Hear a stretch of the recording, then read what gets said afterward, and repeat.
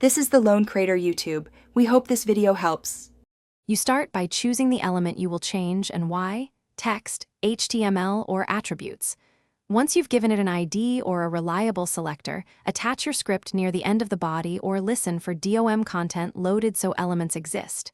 Use document. Get element by ID output for direct targets or document. Query selector.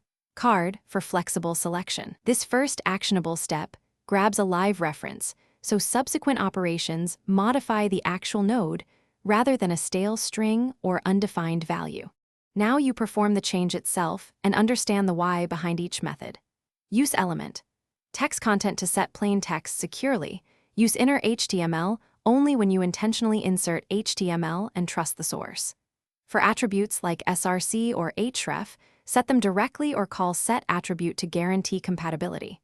When altering multiple items or building lists, create element and append child repeatedly, or use a document fragment to minimize reflow.